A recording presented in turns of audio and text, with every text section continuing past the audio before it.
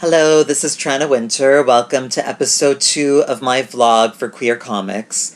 Today we're talking body image, a very complicated, difficult subject to tackle.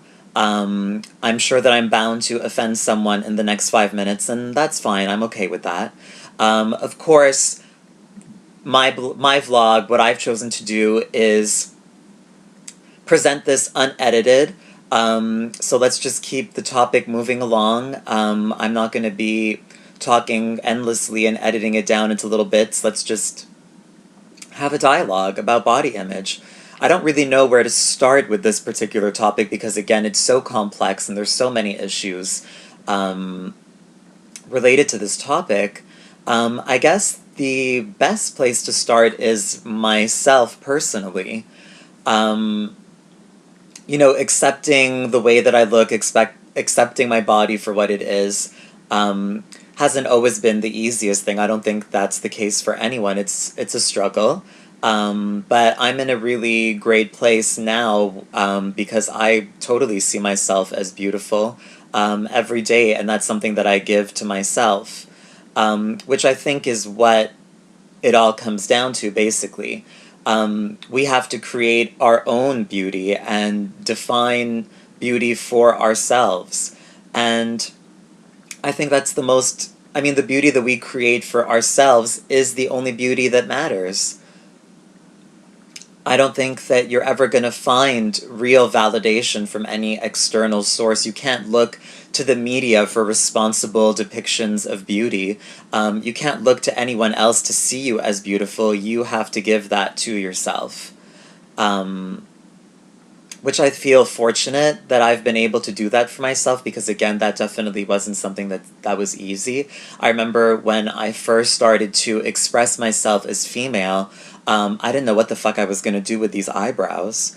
I have really big, bushy eyebrows, and at the beginning, I tried to cover them up, I tried to tweeze them and shape them, but I'm such a fucking pussy that any kind of physical pain I just cannot deal with, so plucking and waxing was out of the question.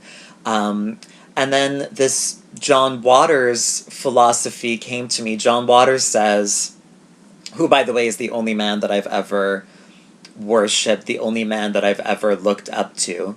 And his philosophy is that take whatever you perceive to be your flaw and exaggerate it and turn it into a style. And I think that's the most fantastic philosophy on beauty. Whatever you think is your flaw, don't try to change it, don't try to hide it. Instead, embrace it, exaggerate it, and turn it into a fucking style. That's what I did with my brows. Instead of trying to cover them up, I drew them in darker and bigger.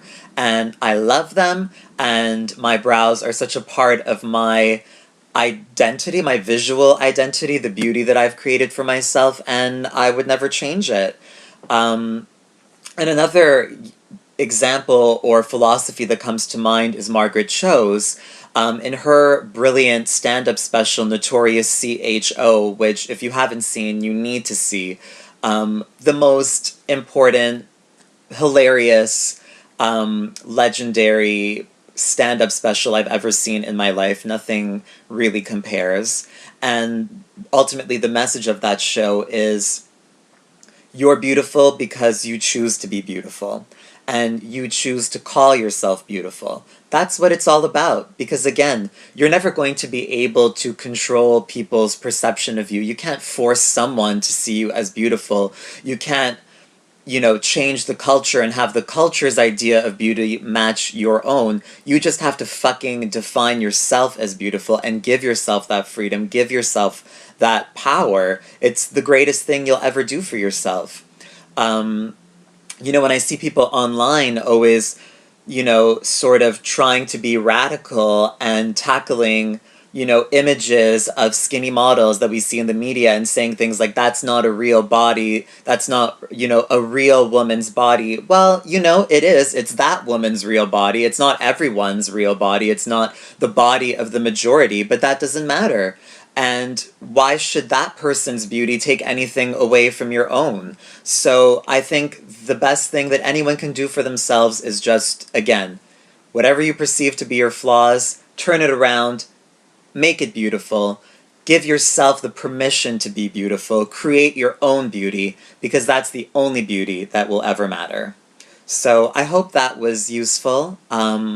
And I'll see you soon. Take care. Buy tickets to my one-woman show, Tranna for the Montreal Film Festival, Fringe Festival. God, I can't talk. I have a million things on my mind.